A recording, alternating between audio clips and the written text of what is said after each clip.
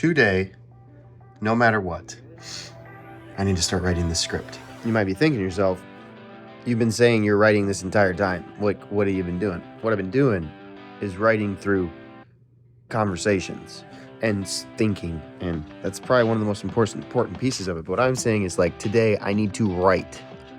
I need to put words on a paper because we're getting too far behind for this thing to actually happen next year, and it's stressing me out beyond belief. Now, there are certainly challenges in my life when it comes to the subject of writing that did not used to exist.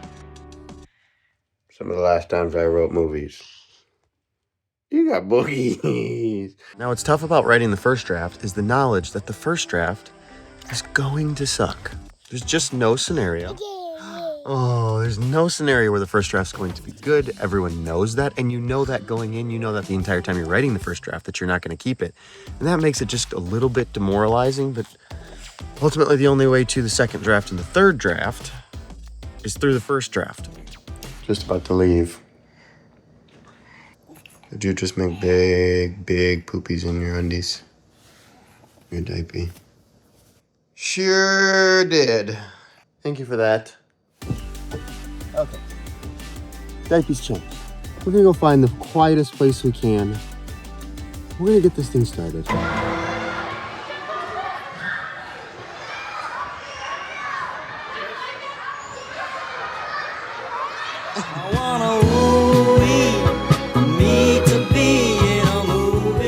That's a terrible idea, but this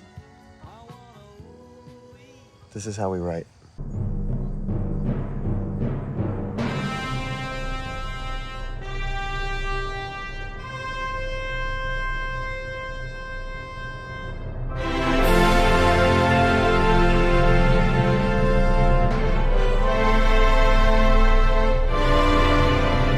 I'm immediately confronted with the problem, and I hate this one because it's like, what's his name? I'm literally gonna go with Liam right now, just because that's the random name I spontaneously wrote down and circled in the promo video.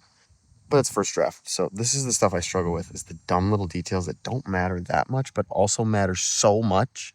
All right, it's gonna be Liam for right now.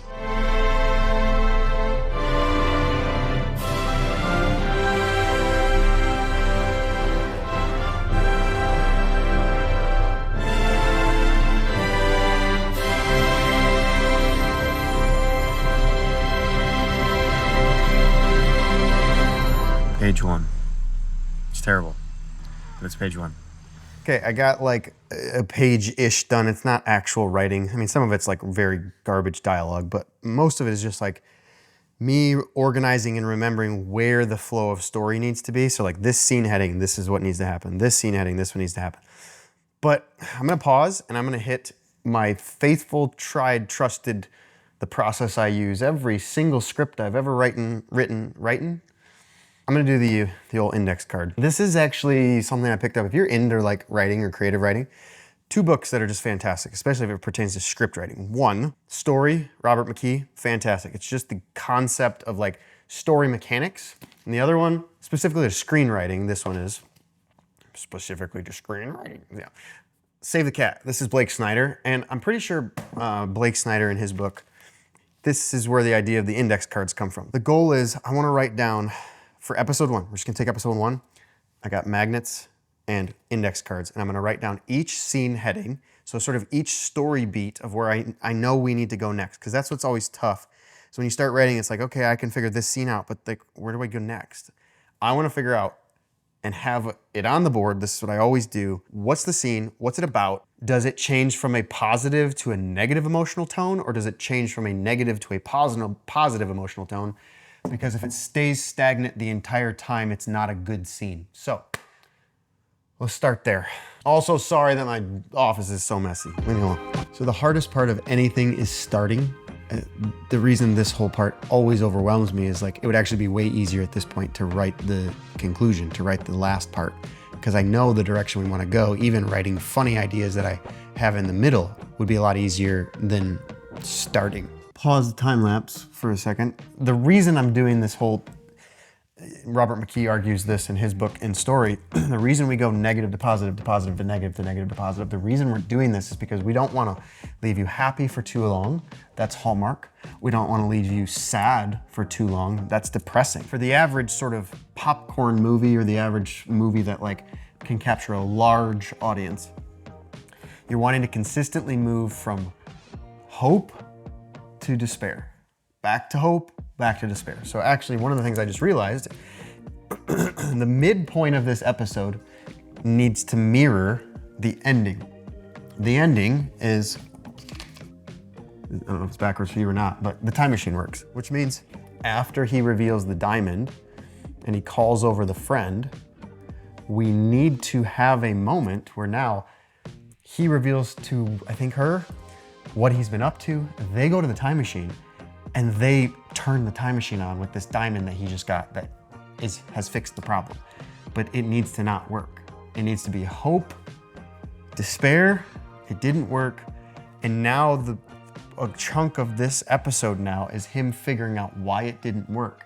Once he's solved that problem, then the time machine working at the very end will feel so much better because we didn't just hand it to him. He had to earn it through hope and loss and hope and loss. And as he fights through that, you begin to empathize with him as an audience. You begin to love this hero because he's willing to press through. And then when he gets to that final ending and the time machine works, we're so excited, only to have the despair come when it's not who we thought it was. So that's the sort of story theory that we're working with. So we'll go back into the time lapse as we're meeting the friend going into the midpoint where they're trying the time machine and it doesn't work.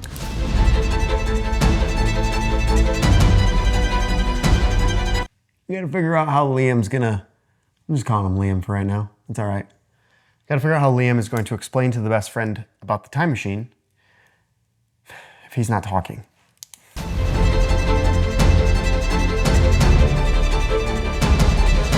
It's pretty cool too. Like, literally as I'm writing, we're doing some film deals on some previous projects. Other films, if they can get traction, help us get eyes on this one. So, also I'm delaying because I'm stuck. We're gonna resort to plan B, which is what we do when we're stuck. Go ask other people for their ideas. Okay, so I'm basically at a point where it's gonna go like, he finds the time machine when he's running away from the bullies.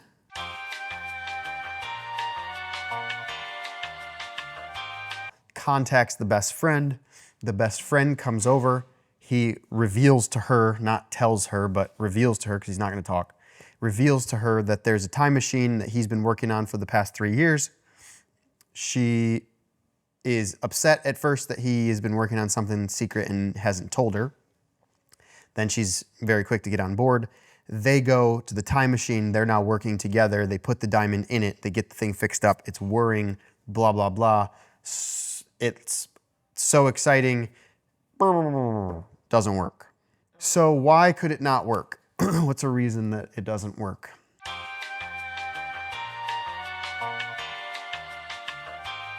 What if we go like something along the lines of like, everything's prepped and ready to go. He just didn't know to push a specific button. You forgot like, to plug it in. Yeah. What if it was like, it takes 2 people to start this time machine? Yeah, I like that. He's sort of pushing her aside at first because this is his project. And that's sort of the nature of their friendship dynamic right now. And that's what she's frustrated about, is you've been working on this whole thing this whole time and you never told me. What if it was like similar thing, like he needs a friend, but what if it was like the shot where he like presses a lever and he goes to like reach over for the button, but it's like too far away to hit the button at the same time. And then it's like her hand like pops in and like presses it for him. Well, that's what I'm kind of thinking. Like, I was just in an escape room where like the way we got out, I'm not gonna ruin it, I'm not gonna tell you where it is because this will ruin it, but the way we got out of the escape room is we had to put our hand on like a brass plate on one side of the room, and then we had to all hold hands in a line, and then the last person put their hand on the brass plate on the other side of the room, and we had to have like 6 people to complete the circuit because there's actually like electricity going through it, or it wouldn't have dropped the key. So what if it is like, it's not just the pressing of the lever, it's like the pressing of the lever and someone else has to be standing pressing another lever or something. They have to be doing something where like There's no scenario you can do it by yourself. Like, it has to be done with other people. So maybe in this gap, they can have a little bit of a falling out, like some tension in their friendship. He's pushing her away because once it does, okay, that makes sense. Once it doesn't work, he gets angry. So he starts shutting her out afterwards. She ends up being the key and welcomes her back in. They fix it together. That's why it works at the end. Let's try that. Let's go there. Even if we toss it all out at the end, it's at least helpful to get other perspectives. That's what you guys are here for too. Okay, caffeine. That'll do, donkey. That'll do. A lot of what's difficult when you're writing isn't trying to figure out maybe what the most logical thing to do next is. It's trying to figure out what the most interesting thing to do next is. Most of the time, the most logical thing to do next is not that interesting because if you can think of it, you won't be surprised by it. What makes a story fascinating is when we're constantly on the journey of being surprised by what the author chose to do. That's what makes it fun. That's what makes it a magic trick, is I didn't see that coming. So when I finally got to that moment of genuine surprise thrills me as the viewer. I apologize, because I'm sure this is pretty boring. Should we, let's cut to tomorrow. Okay, it's a new day, but here's my problem. I don't have any new ideas. Norm needs to show me the cut of the London video, and I'm hoping listening to me talk about this part of the story is going to jog something free and I'm going to have new ideas. That's my attempt. I'm going to go watch myself talk. A writing video, whatever that currently looks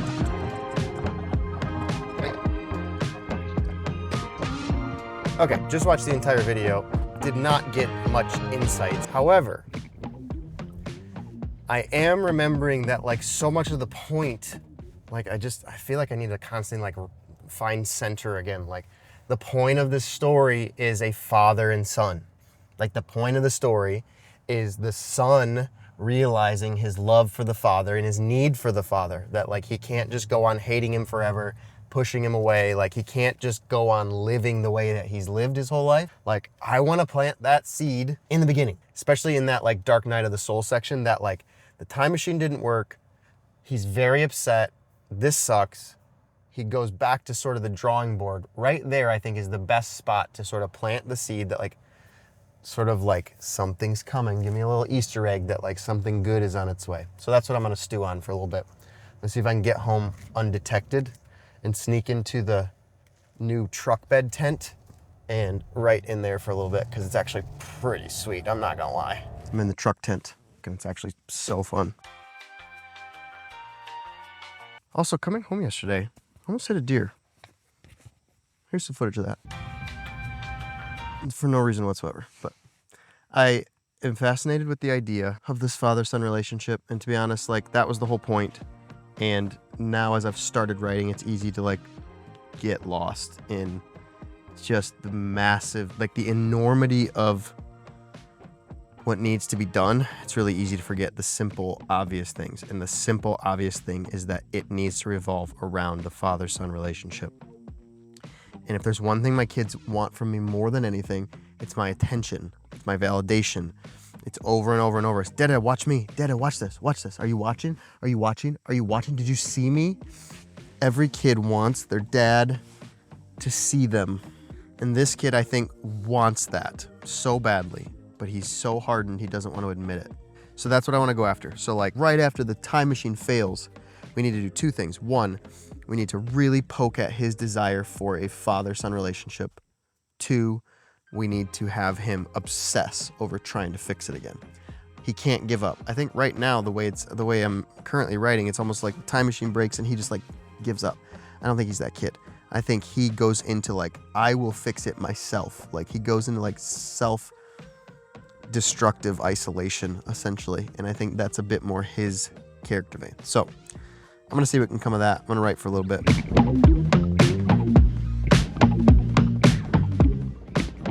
Okay, I think we have a little bit of breakthrough, actually. I'm just gonna send it because I'm excited about this idea right now. Somebody mentioned in the comments, I don't remember who, I'm so sorry, but I love your guys' comments and I'm reading every single one and I'm actually doing my best to respond to every single comment. So somebody mentioned, what if the the time machine was like in the aunt's restaurant? Like, what if it was like a back room in her restaurant, undiscovered? I'm actually thinking it might be like a false wall. Like it's like a boiler room in the restaurant in the back that like people have been in a million times, but he accidentally like stumbles into a wall and it breaks and he falls through, and in the other side, like in this other portion of the wall that nobody knows exists, is the time machine.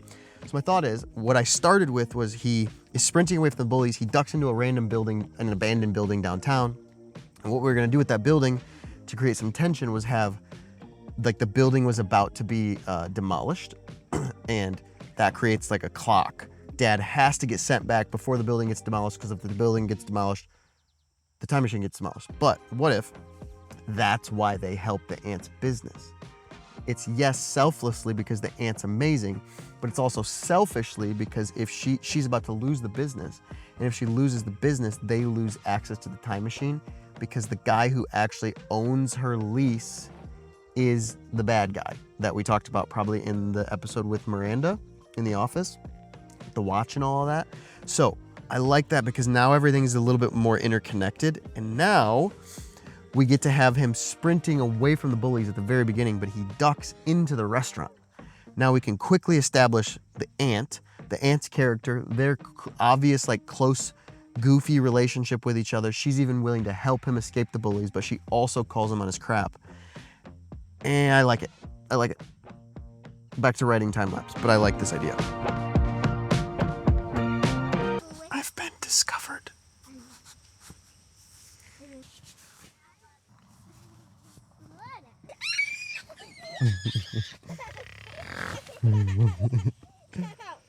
Did you guys find me? Yes. Come in here. I did it. What is that for? It's a microphone. I've been talking to the camera about the script I'm working on. Hi, buddy. Do you think I should name one of the characters Ezra? Maybe one of the characters Manna? Yeah. All right, I got A girl one. You want a girl to be Manna and a boy to be Ezra? A little boy. A two You only a 2-year-old boy? What if I want to name a bigger boy Ezra? No, I'm big boy. You are a big boy. All right, we're gonna finish this one here. We actually got a lot done. If you're interested, the script, as janky as it is always gonna be available on the website, eyeland.film/movie. So I'm gonna put it up, and it's not gonna make any sense to anyone but me, but I'm committed to being vulnerable and just sharing where I'm at. So we're gonna spend some time as a family. I'm gonna get your hands off my microphone. You darn dirty ape. Get out of here. I'm gonna learn about what this story's supposed to be about by hanging out with my kids. You love God. That's not the microphone. It's right here. I love you.